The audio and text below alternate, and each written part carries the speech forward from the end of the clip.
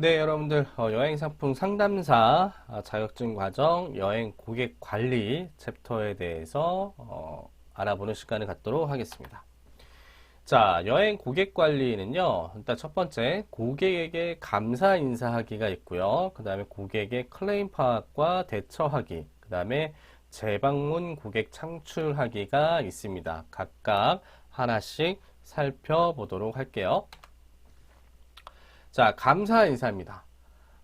일단은 그 고객 관리, 여행 고객 관리를 함에 있어서 감사 인사를 해야죠. 그래서 감사 인사는 여행 일정을 모두 마치고 귀국한 뒤에 이루어질 수가 있겠는데요. 이는 여행사에 대한 긍정적 이미지 강화가 있을 수 있고요. 그 다음에 여행 상품을 또 재구매하는 효과도 있을 수가 있죠.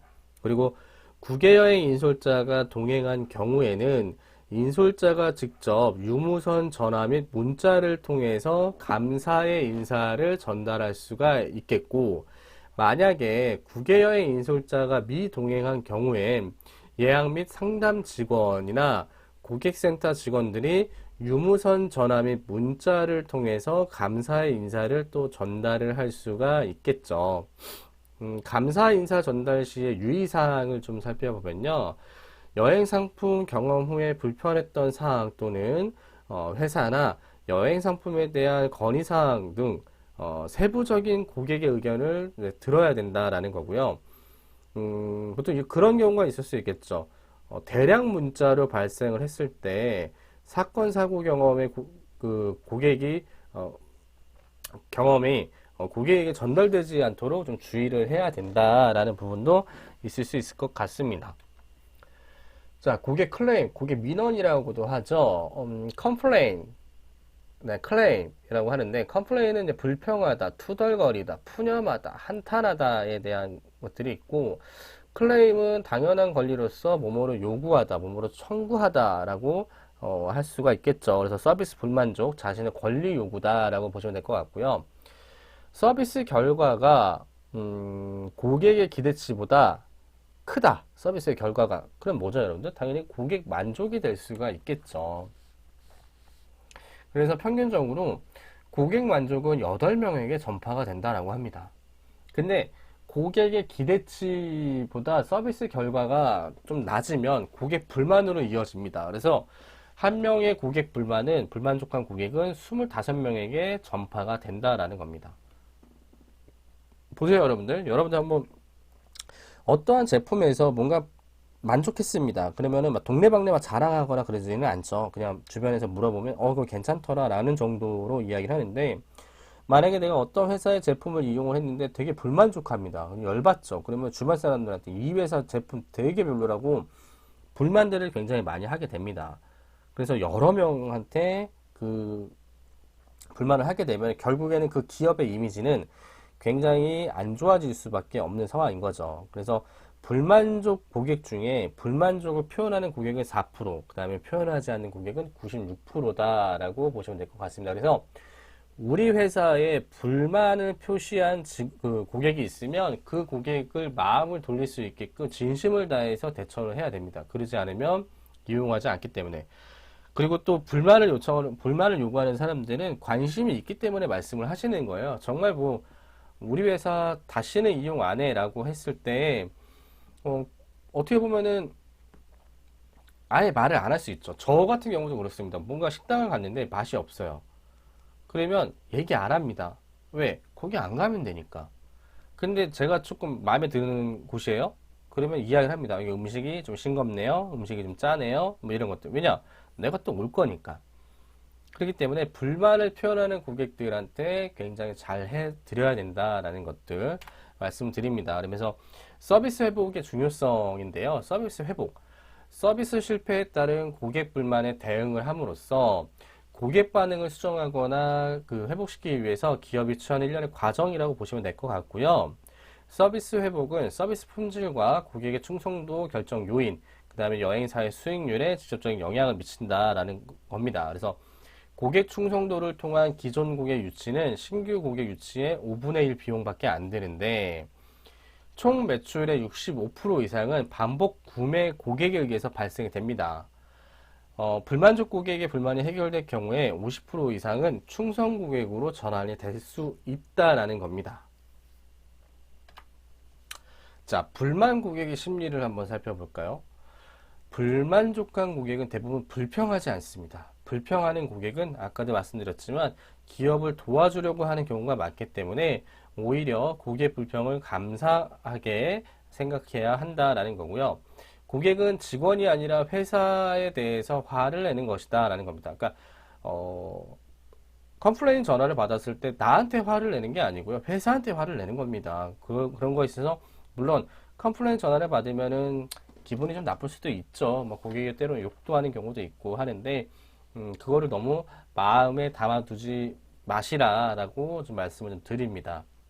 그래서 불평은 보통 이제 말로 한다라는 거고 불평은 종종 이제 아까도 얘기했지만 거친 말로 하게 되는데 그것은 반드시 불만 내용이 공격적이어서가 아니다. 그래서 불평을 개선하겠다고 약속하면서 사과받기를 좀 원한다라는 거죠.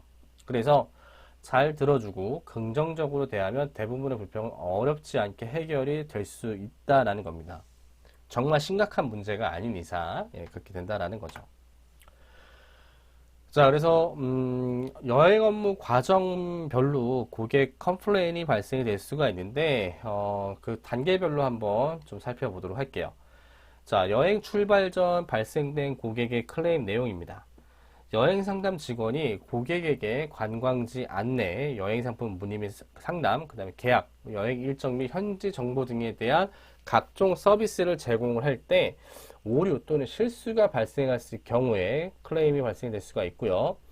여행 일정표 작성 시에 출발 날짜, 항공 편수 및 시간, 그 다음에 숙박 시설, 뭐 식음료, 여행 요금에 오류가 발생됐을 경우가 있을 수 있을 것 같고, 상담 직원의 상담 후에 확인 안내가 고객에게 적절하게 전달되지 않았을 경우, 그리고 고객의 상담 전화가 바로 연결되지 않았거나 상담 직원이 불편한 경우가 있을 수 있을 것 같고요.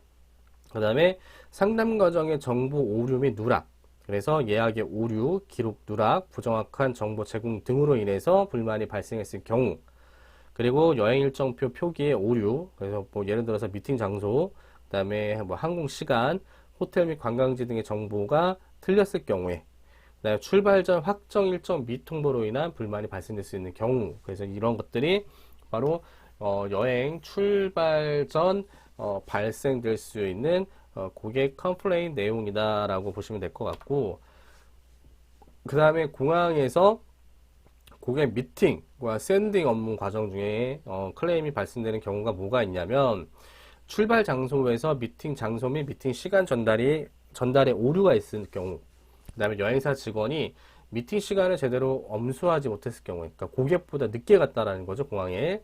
이런 경우. 그 다음에 출국 수속 과정에서 좌석 배정이 적절하게 이루어지지 않았을 경우, 그리고 출국 교통수단의 결항, 지연 등의 문제가 발생했을 경우, 그리고 수화물 수속에 관한 안내가 적절하게 이루어지지 않았을 경우, 그리고 여권과 비자 같은 문제가 발생됐을 경우, 그리고 아피스, 고객 정보이거든요. 입력 오류로 탑승 수속이 지연됐을 경우가 있을 수 있을 것 같습니다.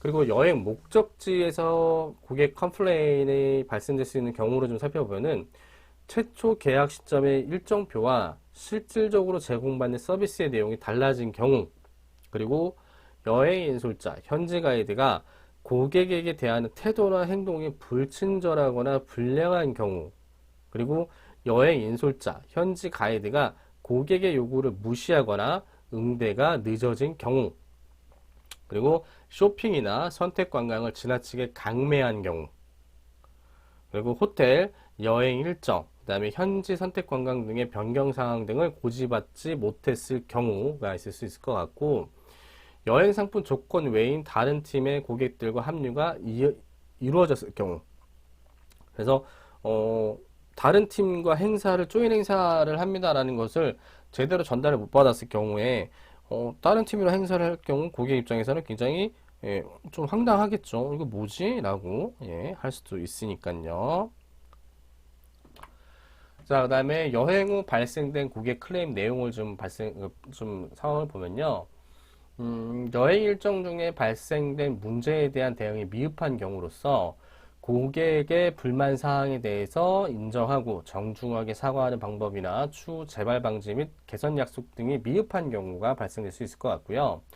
여행 일정 중에 그 피해 부분에 대한 대응을 하지 않는 경우로서 고객의 피해 부분에 대한 경제적 보상, 환불 등이 적절하게 이루어지지 않았을 경우, 그 다음에 여행 일정 중에 각종 사고 발생에 대한 수습이나 대응이 미흡한 경우로서 여행 중에 발생할 수 있는 신체적, 정신적 사고에 대해서 치료, 보상 등의 수습이나 대처가 제대로 이루어지지 않았을 경우에 여행 후에 고객 컴플레인이 발생될 수 있다라는 것들을 확인할 수 있을 것 같습니다.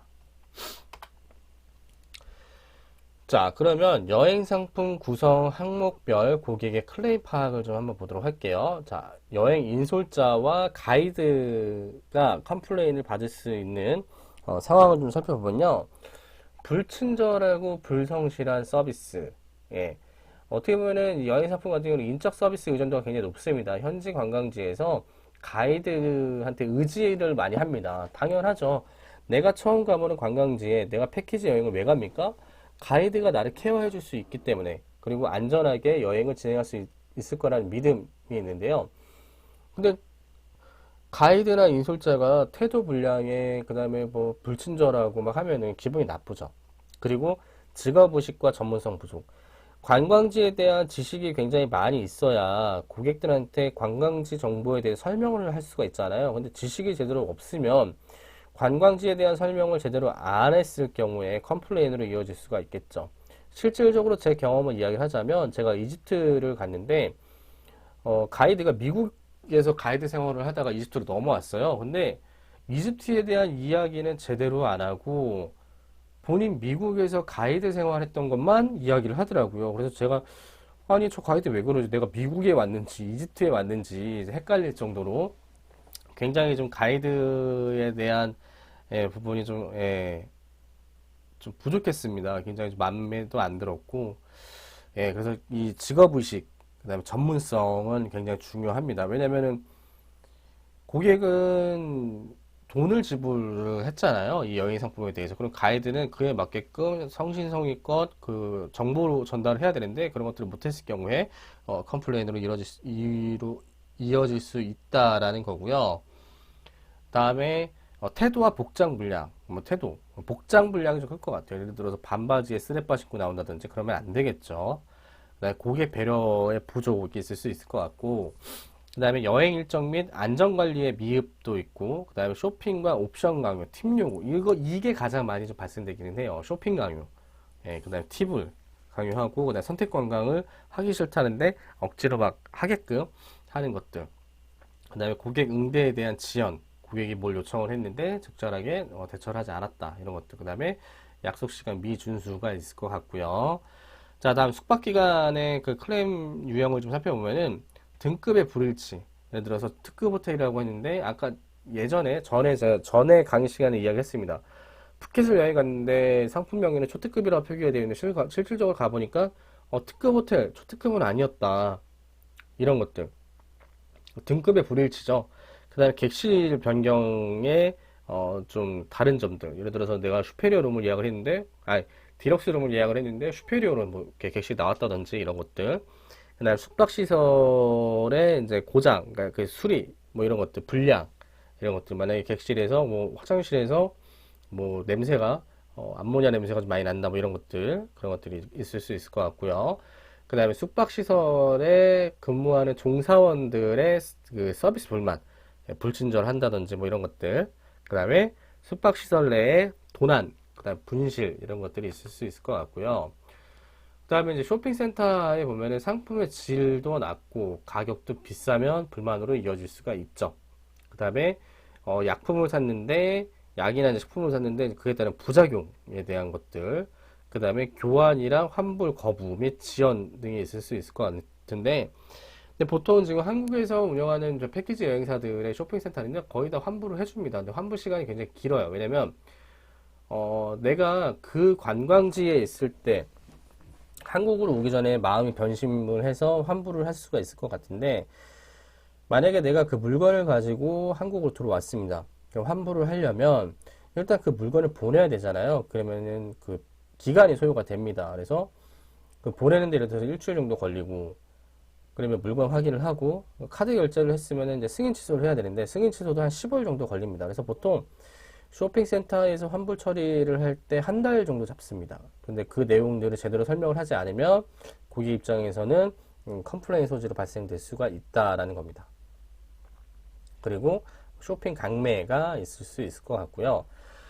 자, 다음 선택관광입니다. 선택관광 구매 강요. 그 다음에 선택관광 내용이 되게 부실하다.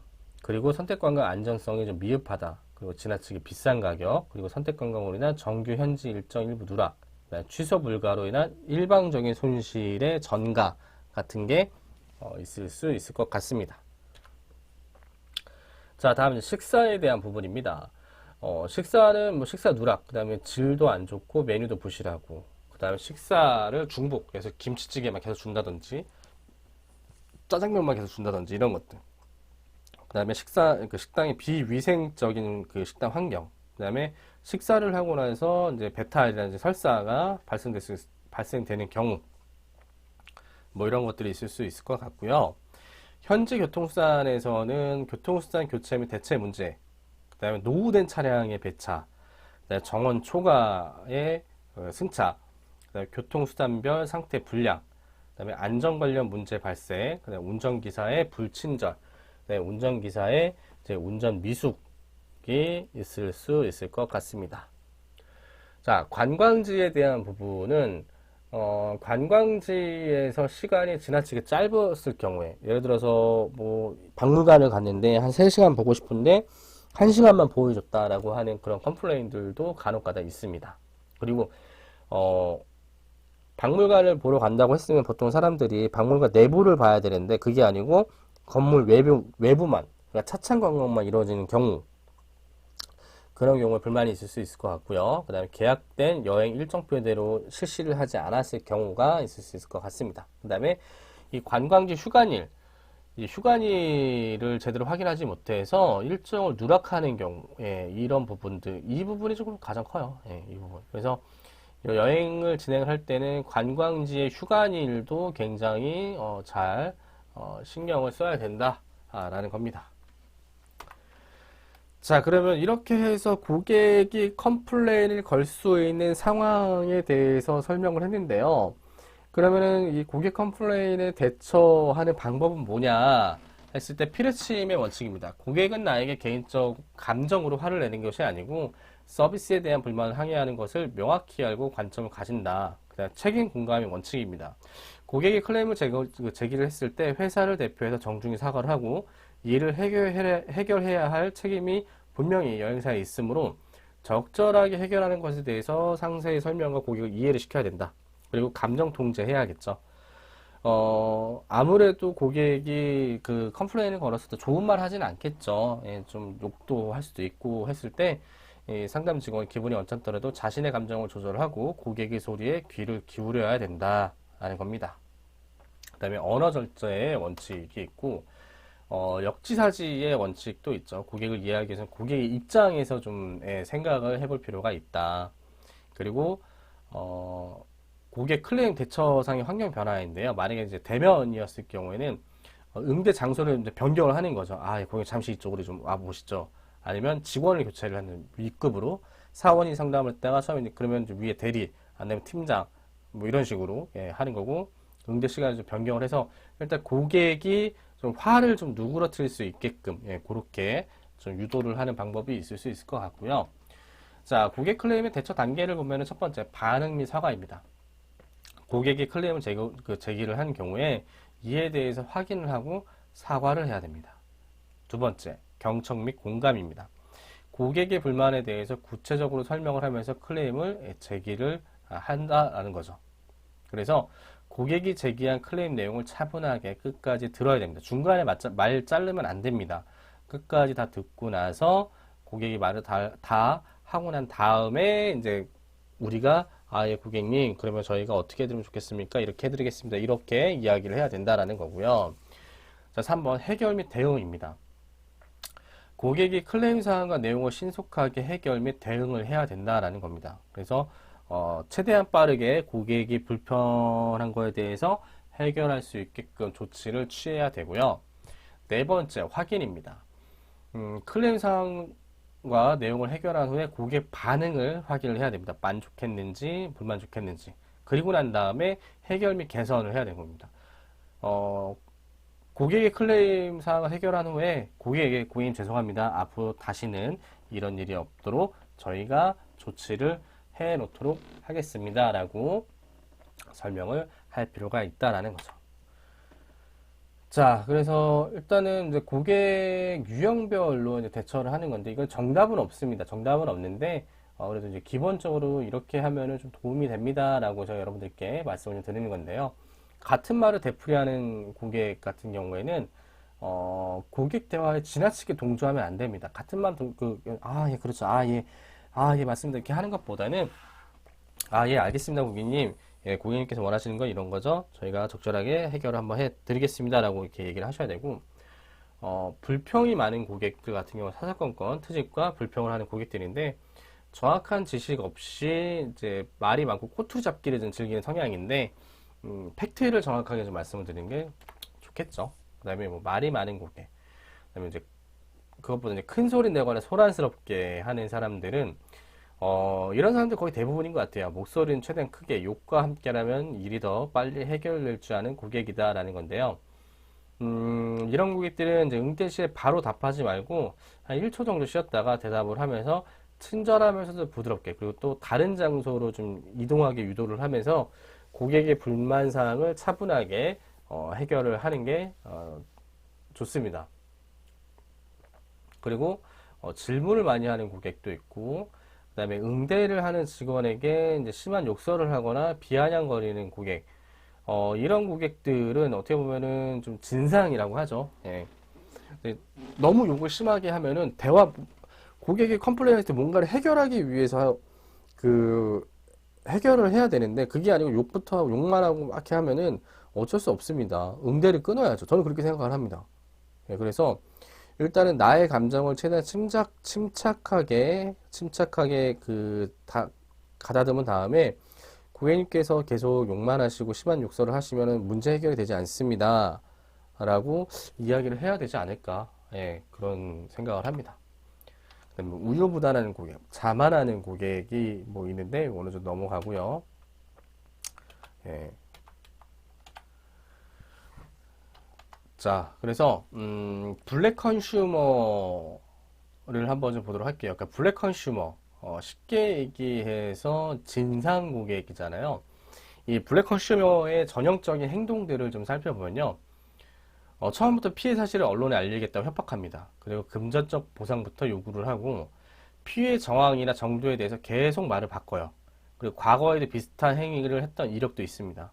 그리고 고성을 질러 공포 분위기를 조성을 하고요. 매장이나 기업을 찾아와서 자해를 합니다. 그리고 무조건 사장 나와, 뭐 임원 나와부터라고 이야기를 하고요. 담당자와 나눈 대화를 비밀리에 녹음해서 유포를 하는 경우도 있습니다. 그래서 좀 진상 고객들은 적절하게 잘 대처를 좀 해야 되는데 응대 요령은요 신속하게 대응을 하고요. 절대 흠잡힐 수 있는 과격한 언행, 그러니까 상담원이 뭐 똑같이 욕을 한다든지 그러면 절대 안 되고요. 친절하되 필요 이상으로 과잉 친절은 하지만 안 됩니다. 왜냐면 이런 사람들은 너무 친절하게 대해주면은 속된 말로 기어오르죠. 얘네가 나한테 뭘 해주긴 해주는 갑다 뭐 이런 식으로. 그리고 보상의 원칙을 제시를 하고 원칙 내에서 해결을 해야지 또 뭐 더 해드리겠습니다 뭐 이런 식으로 하면 안 됩니다. 그리고 효과적으로 담당자를 바꿉니다. A라는 사람이 그 진상국에 블랙 컨슈머를 처음에 응대를 했으면 바꾸는 겁니다. B 직원, 뭐 C 직원 이런 식으로. 그리고 시간적 간격과 장소를 통해서 분위기를 전환을 하고요. 그리고 만약에 그런 그 과격한 언행, 그러니까 욕을 한다든지 이런 것들은 녹취해서 보관을 할 필요가 있습니다. 그리고 협박에 흔들리면 안 된다라고 보시면 될 것 같아요. 자, 그래서 고객 관리의 필요성을 좀 살펴보면요. 이 고객 관리는요, 고객의 정보를 축적, 분석하고 그 결과를 영업, 마케팅에 활용할 수 있는 시스템을 구축해서 신규 고객을 확보하고 기존 고객 유치 및 이탈 방지를 위해서 필요하다라는 거죠. 그래서 고객 관리 전략을 보면은 고객 정보 리스트를 작성을 하고요. 그리고 그 리스트를 관리를 하고, 그다음에 고객 정보를 수시로 업데이트하고 보완을 할 필요가 있다라는 거죠. 자, 그 다음에 그 개인정보 보호인데요. 음, 이 여행사는 민감한 개인정보를 수집을 해야 됩니다. 뭐 여권 정보라든지 비자 정보들. 근데 이런 그 개인정보가 유출되지 않도록 관리를 해야 된다라는 겁니다. 자, 이렇게 해서 여행 고객 관리에 대해서 강의를 했는데요. 끝까지 시청해 주시다 고생 많으셨고요. 어, 여행상품 상담사 자격증 과정 열심히 공부하셔서 좋은 결과가 있기를 바랍니다. 그럼 이상 강의 마치도록 하겠습니다. 감사합니다.